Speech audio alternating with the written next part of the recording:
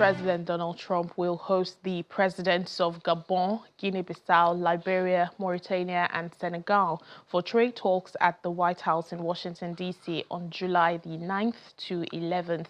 The meeting is expected to focus on commercial opportunities that could benefit both American companies and African partners.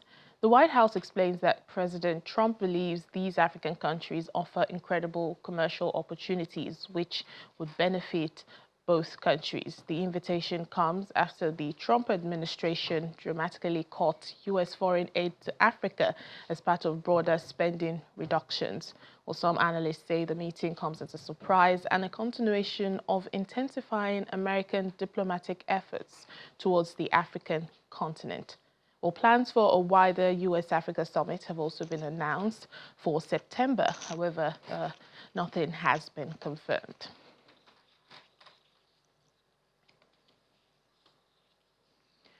Well, joining us now for more on this is African Affairs Analyst Dr. Okwe Okpala. Thank you so much for your time on the program. It's always my pleasure. Thank you for having me. Well, President Trump is hosting 5 African leaders next week for trade talks, and it's a move many didn't see coming. What's your take on the significance of this mini summit, if you will, with these particular countries, especially in light of recent U.S.-Africa relations? You are right. I think many really didn't see it coming. These are not the most influential countries in Africa, and they're not even in terms of diplomacy, in terms of economics. But then I think Trump have tried to, have been diligently searching for critical minerals. He has taken him to Ukraine. He has aggressively discussed with Chinese. So I think he is also looking for critical minerals that they need for their economic activity in US. So I believe that Senegal, a country like Senegal and Guinea-Bissau, they have phosphate and other minerals that Americans are diligently seeking for. And Trump has shown that he's engaging in this transactional diplomacy where the existing framework of regional cooperation is being replaced by direct discussion for investment opportunities and business opportunities. So I think most of these, even though these countries may not be the most influential in Africa, of course, President Trump seemed to think that they have what they need, the American need today, especially his American-first agenda.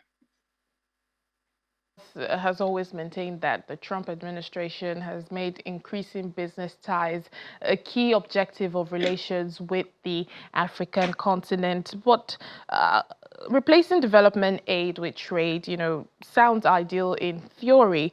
How can African economies, do we have the infrastructure and policy environment to make that transition effective? And more importantly, African nations, are they in a strong position to really negotiate mutual trade benefits? Well, I think Africa, most of both the West and the East are rushing to Africa, and it may not be for nothing. The influence of the West, including the US, the likes of France, the likes of UK, is coming down, while you can see that China and Russia, they are having more influence. And then a lot of African minerals are in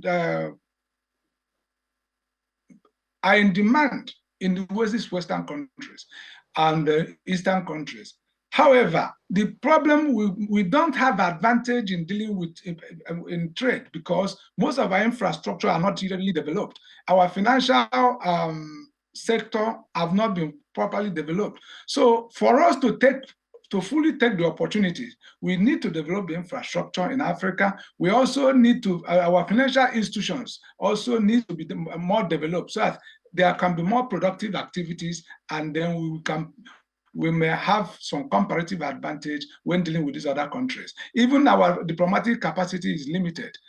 Most of the time, you can see that when African heads of state are discussing with US or with most of these Western countries, sometimes, I mean, like what happened with South African president in US, they are more or less being, if you like, bullied. Sometimes, I mean, rushed into agreement that may not necessarily benefit their people. But when we put our acts together at home, then we can negotiate from a position of strength and then have agreements and deals that will benefit the African people. All right, then, African Affairs Analyst, Dr. Okoye-Okwala, thank you for your time on Network Africa. Yeah, thank you so much. I appreciate it.